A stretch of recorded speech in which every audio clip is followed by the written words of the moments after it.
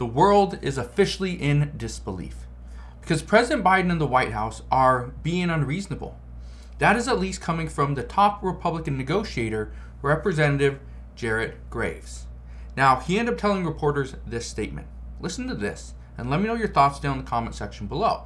He says, and I quote, "Until people are willing to have reasonable conversations about how you can actually move forward and do the right thing, then we're not going to sit here and talk to ourselves." And he went on an ad and said, "We decided to press pause because it's just not productive." Let me know your thoughts down in the comment section below. Do you think this is right? Because it makes sense. If Republicans are sitting there trying to negotiate with Democrats and they can't get anything done, wouldn't it make the most sense to just stop the negotiation? Well, here's the problem. If talks between the White House and Republicans aren't productive, then yes, pausing seems like a logical choice, but it's not. Here's the reason why. Currently, the House and Senate are on recess. They went on recess yesterday. They have until, well, they're going to be on recess until the end of May, okay? This creates a major problem because this is also creating a greater sense of urgency to get a debt ceiling done. To increase the debt ceiling, to suspend the debt limit, whatever it may be, this increases the urgency. Especially now that the Treasury Secretary is saying that we have until about June 1st to figure this out before the United States potentially defaults on its debts. But this is where the world is now watching, and financial leaders are questioning what is it that we are doing. Now, here's what I can tell you. Not only would a breach of the debt ceiling impact us here in the US, it would actually have a major financial implications on the entire world. Just last week, the Treasury Secretary Janet Yellen, she told finance ministers of the G7 that she's going to keep them up to date as to what is going on. But instead of spending their entire time talking about Ukraine and climate change, which they do quite a bit, they all insisted to talk about the US debt ceiling and how worried they should truly be. But as I said, Congress is away until the end of the month. President Biden, he is away until Sunday. Right now, negotiators are working to try to come up with some way to reach an agreement that can be voted on by the House and the Senate. And again, keep in mind, the House the majority is held by Republicans. In the Senate, it is Democrats. So they have to get a bipartisan bill here. That's what's creating a problem.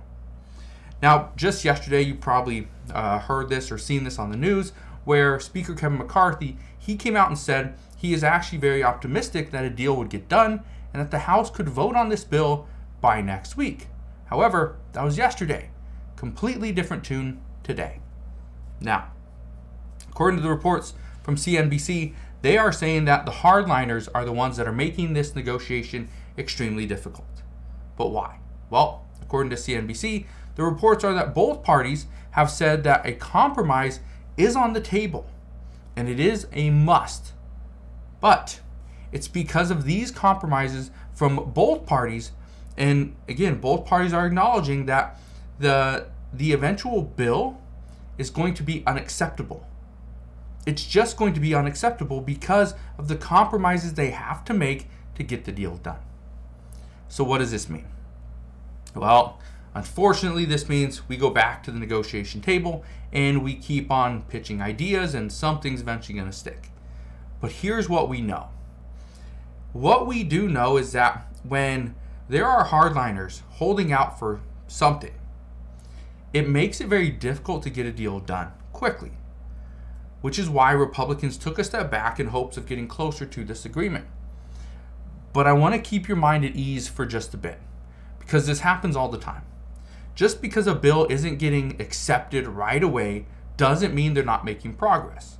What it usually means is we are trying to address this hard line and that hard line. And who are we going to get to bite first? What do we have to give them? How do we entice that person to vote with us? How do we do that? Well, that's why everyone's doing this negotiation. Because in the past few years, almost every single bill that we have seen passed the talks have broken down as we get closer to the finish line. And it's because of this that those final hardliners are usually the toughest ones to break. But eventually, those hardliners figure out a way to get what they want in the bill. And so it's just about holding out, figuring out, do you have some leverage? Do you have something that the other lawmakers want? And for most people, it's your vote. So we will see. Now, at the same time that these negotiations are taking place, so right now, the White House still has a plan. Their plan is that if eventually we cannot come to an agreement and everything is going to fail, the economy is going to collapse, then the White House is going to use the 14th Amendment. And again, this is just to prevent a collapse, a crisis. Now, I don't know if this is going to be legal, but in the event that all negotiations fail and this is the last straw, this is the only move they have, the White House, according to reports, will invoke the 14th Amendment and they will increase the debt ceiling. Again, I don't know if that's going to happen. Hopefully it doesn't, because it sets a terrible precedent, but it could. They could do this. Now, just keep in mind, the debt ceiling, okay, this was raised twice under former President Donald Trump. This was raised a handful of times, I think more than 5 times under former President Barack Obama. So President Biden has been through this before. He does understand it, obviously, and then obviously his time in the Senate. But I don't know where we go from here. I honestly don't. All I can tell you is right now the world is watching. We are seeing the stock market and Wall Street are watching intently. The American people, businesses, everybody is just watching to see what happens. Because if we do see a breach of the debt ceiling, okay, or we see a default where we cannot make the payments, guess what?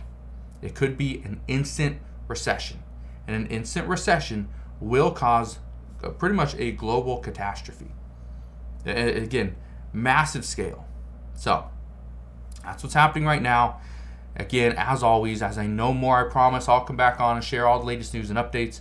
All you got to do is 2 things. First off, go ahead and hit that like button if you just want to stay up to date on everything that's going on. The second thing is click that subscribe button so you never miss an update. I try to fill you in on all the ins and outs of what's going on within our economy, within Congress, and what you can do just in personal finance in general. So again, if you want to know more about that, you want to know how to stay up to date, well, the simplest way, click that subscribe button and you will never miss an update. So that's what I have for you guys today. Again, thank you guys for watching. Consider subscribing, and I'll see you guys on the next one.